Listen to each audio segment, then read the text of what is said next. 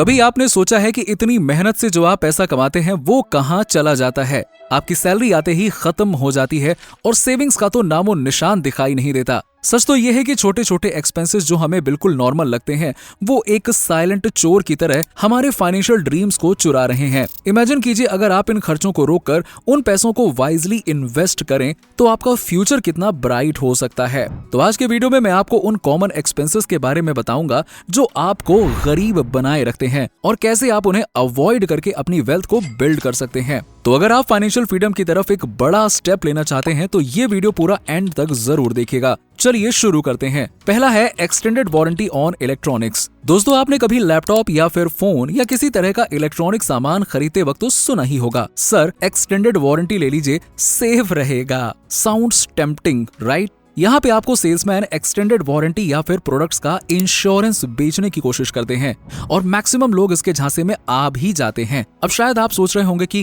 क्या बात कर रहे हो, ये तो बहुत जरूरी चीज होती है, इसके बिना हम कैसे रहेंगे। लेकिन सच्चाई तो ये है कि ये एक वेस्टफुल एक्सपेंस है। यदि आंकड़ों की बात करें तो इस तरह के एक्सटेंडेड वारंटी का क्लेम रेट ही बहुत कम होता है, सिर्फ 8% यानी कि 8% या उससे भी कम। इसका ज्यादातर पैसा तो कंपनियों के प्रॉफिट और बोनस में चला जाता है। अब देखो, यहाँ पर सभी की राय अलग अलग हो सकती है, लेकिन पर्सनली मेरी मानो तो ये पैसा एक्सटेंडेड वारंटी में देने से अच्छा है कि आप इसे कहीं किसी अच्छी जगह पे इन्वेस्ट कर दो। अगर आप पैसा इन्वेस्ट करते हैं तो आपको बेहतर रिटर्न्स मिलते हैं। सपोज कि आपने एक स्मार्टफोन लिया 50,000 रुपए का और एक्सटेंडेड वारंटी के लिए आपने एक्स्ट्रा 5,000 रुपए दिए, लेकिन जब आपके फोन का डिस्प्ले टूटा तो किसी वजह से कंपनी ने उसका वारंटी क्लेम देने से ही रिजेक्ट कर दिया। अब यहाँ पे आपके 5,000 रुपए भी गए और आपको ही फोन का डिस्प्ले लगवाना पड़ा और वारंटी के लिए शॉप के चक्कर लगाने पड़े, वो अलग से। लेकिन वहीं अगर आपने ये पैसा एक SIP में इन्वेस्ट किया होता तो 5 साल में आपका 5,000 रुपए 12% रिटर्न के साथ में बन जाता 9,000 रुपए। अब देखिए, सभी के लिए म्यूचुअल फंड या स्टॉक मार्केट एक रिस्की आइटम हो सकता है, तो आप एक इमरजेंसी फंड बनाकर रखिए जो आपको ऐसी सिचुएशन में काम आएगा। देखो, मेरी मानो तो आप वारंटी के नाम पर पैसा बिल्कुल भी वेस्ट मत करो, उसे स्मार्टली इन्वेस्ट कीजिए। दूसरा खर्च जो आप अवॉइड कर सकते हैं वो है फ्रीक्वेंट क्लॉथिंग परचेजेस। दोस्तों, क्या आपको भी लगता है कि न्यू क्लॉथ्स न्यू कॉन्फिडेंस? तो ऐसा नहीं है। फैशन के पीछे भागना आज के जमाने का एक कॉमन ट्रैप बन चुका है जो आपको फाइनेंशियली ड्रेन कर सकता है। हर नए ट्रेंड के साथ वार्डरोब अपडेट करना बिल्कुल भी जरूरी नहीं है, लेकिन हम फिर भी करते हैं। अब सवाल ये आता है कि क्यों? क्योंकि हमें लगता है कि नए कपड़े हमारी इमेज बेहतर बनाएंगे। लेकिन सच ये है कि ये एक्स्ट्रा स्पेंडिंग आपके वॉलेट को खाली और आपके गोल्स को आपसे और दूर कर देता है।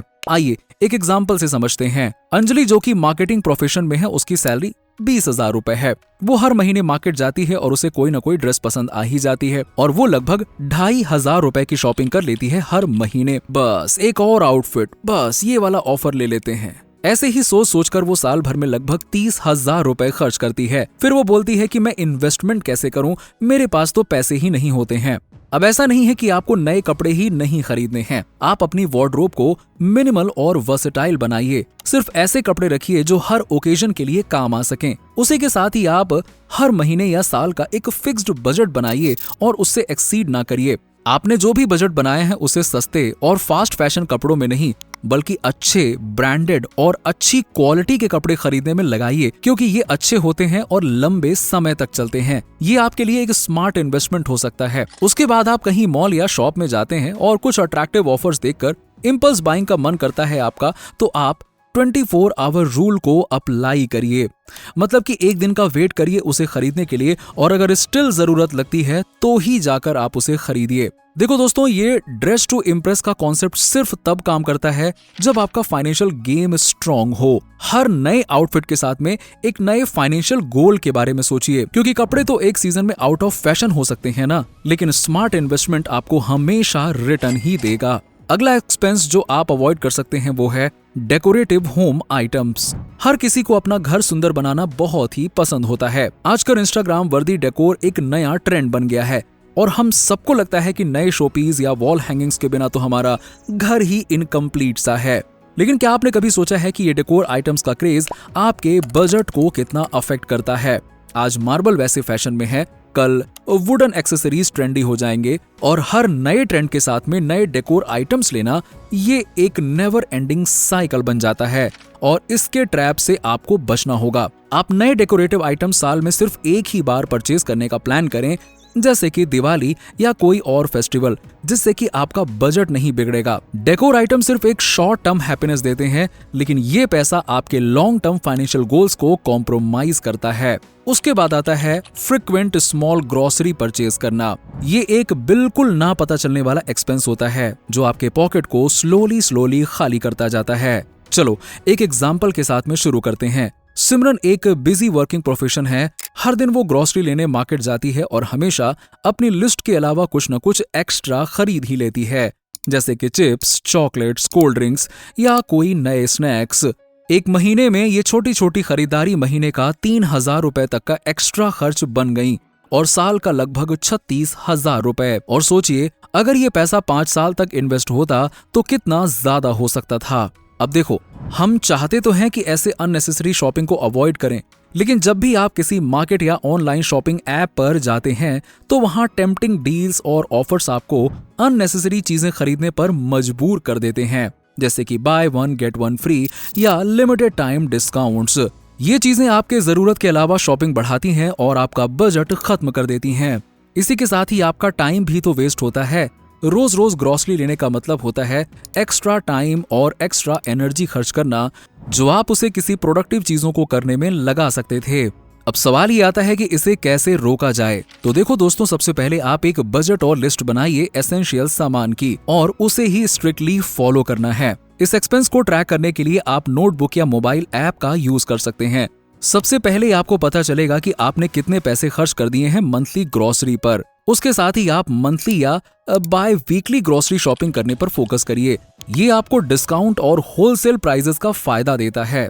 इन सब के अलावा आपको ग्रोसरी स्टोर या ऑनलाइन शॉपिंग ऐप पर टेम्पटेशन को अवॉइड करना जरूरी हो जाता है। लिस्ट से हटकर कुछ भी मत खरीदिए, मतलब मत ही खरीदिए, even if it's a trending snack. तो दोस्तों, क्या आप तैयार हैं अपनी ग्रोसरी शॉपिंग को स्मार्ट और स्ट्रेटेजिक बनाने के लिए?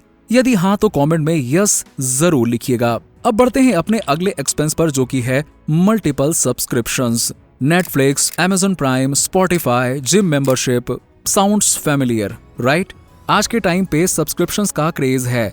हर कोई सोचता है कि 100 रुपए या 200 रुपए का प्लान कुछ ज्यादा नहीं होता, लेकिन क्या आपने कभी सोचा है कि आप सब्सक्रिप्शंस के लिए एक्चुअली में कितने पैसे दे रहे हैं और उसका कितना यूज करते हैं? ये छोटा सा खर्चा बड़ा फाइनेंशियल ड्रेन बन जाता है आपके लिए।